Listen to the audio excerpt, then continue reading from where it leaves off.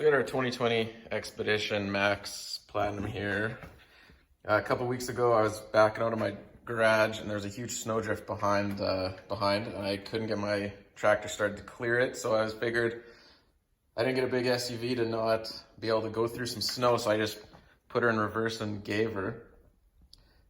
Got through the snowdrift just fine, but then a couple days later, I noticed my mud flap was flopping off the panel.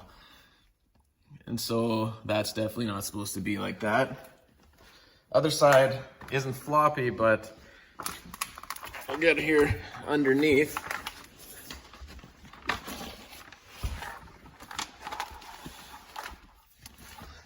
And you can see there's supposed to be a mount right there, and there's supposed to be another one right there. So I actually took the screws out already, but you can see that that piece of plastic is busted pretty good. And without it there, the mud flap just flaps around. Why the mud flaps are attached to a piece of plastic is beyond me. And you can see on the other side, it didn't break the bottom one on this side, but it did break the piece up here. And so you can still see it, or it did break the one down here. Sorry, it did break this bottom off, and it didn't break the top. So this one doesn't flop around as bad, but it still will pull away from this bottom skirting. So I'll show you how to fix that in a minute. So we got a few fasteners to undo here to get the mud flap off and get ready to take things apart a little bit. There's one right back here. That's an 8mm socket you'll need. There's a nut on the back that's about 10mm. This is an 8mm, it's the same as that one. Another 8mm here, another 8mm right there. And then there's two 10mm bolt heads that you gotta take those out there. So you'll have to remove all of that. And then we'll come back once that's off and I'll show you the rest. Okay, mud flap is off of there. So now we've got a little Torx head screw right here that we got to take out. And then there's a push rivet or pop rivet there and another one right there. So these guys have Phillips head, little plastic Phillips heads in them. So if they're not stripped out, you can just back them out a little bit with a Phillips head screwdriver. And then once the middle part threads out, then the whole thing should just pop out. And then this other guy is just a regular screw. So you can just pop it out with a Torx head. I don't know the exact size, but it's small enough. It just came in one of my standard bit sets. Now that we got all those fasteners out, the real fun part begins. So the piece that we're changing, this is the new one. So you can see it goes pretty far back down the bumper. So we've actually got to peel the bumper shell back to be able to get to it.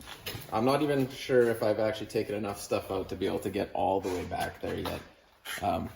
But so you just get your, if you can, now that you got those fasteners out, you can get the wheel well and you can pull it away a little bit.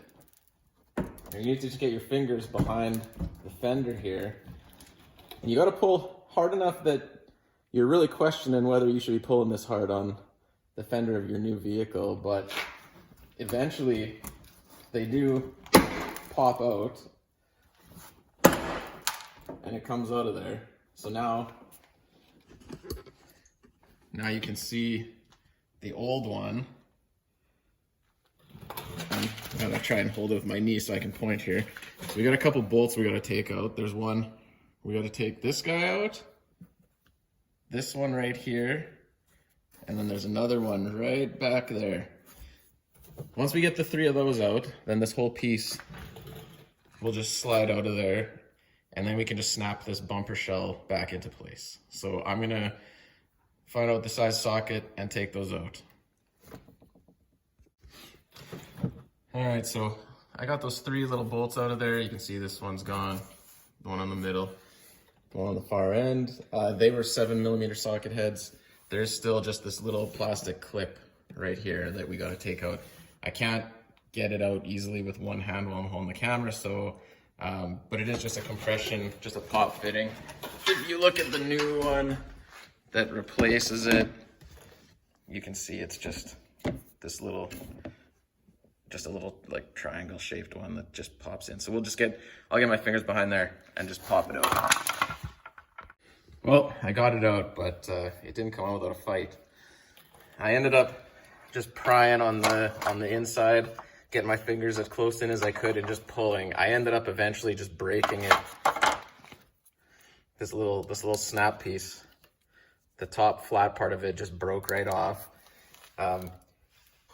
Once this was out, then I was able to just grab onto this little clip with my fingers and pry it out sideways, and it actually came out without a whole lot of a fight. So I don't know what its resistance was to just coming straight out.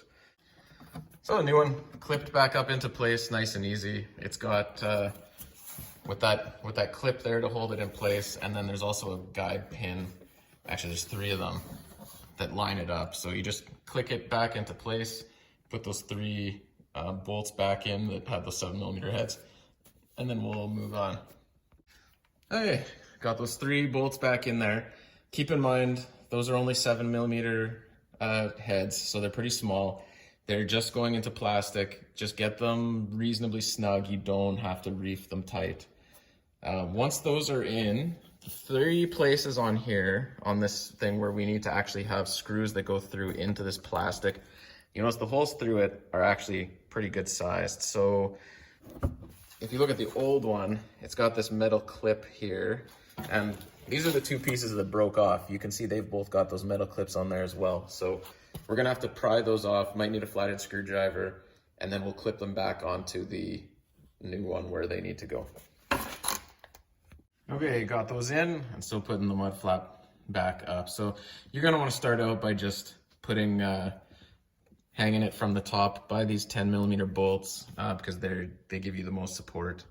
And then when you're putting those 3 8mm bolts in down here, don't forget to put your rubber spacers back in behind there, because as you can see, the fender sits in from the quarter panel a decent amount. So without that spacer, you're gonna be prying it pretty hard against the quarter panel. So just put those in, kind of start to snug everything up a little bit, but don't crank everything tight right off the bat, because you might need to make some fine adjustments to get it sitting straight on the body beforehand. So I'm gonna just get mine put in there, and then we'll take a look at it. Okay, so everything's on, just not snugged up, but about as tight as I could maybe get it, say a little bit less than finger tight, just so that I can still move the mud flap around a bit. So then I like to do, come around the side, look down the vehicle, see if the mud flap looks like straight up and down. I kind of usually gauge it, see if it's hiding the tire evenly all the way across. Looks like on this one, it could probably get pulled out a bit at the bottom. Yeah, maybe a touch more, and then that'll be good to snug up. So I'm just gonna give it a tug, just to get it to come over a bit more. I think that's about all it's gonna get. So now I'm just gonna finish tightening everything up, and then this side is done. Okay, it's all done. Everything's tightened up. You can see it's nice and snug in place now. There's no gap there anymore. Looks again how it's supposed to. I went and did the other side of the truck and got it done without any cameras and stuff, and it took about 25 minutes.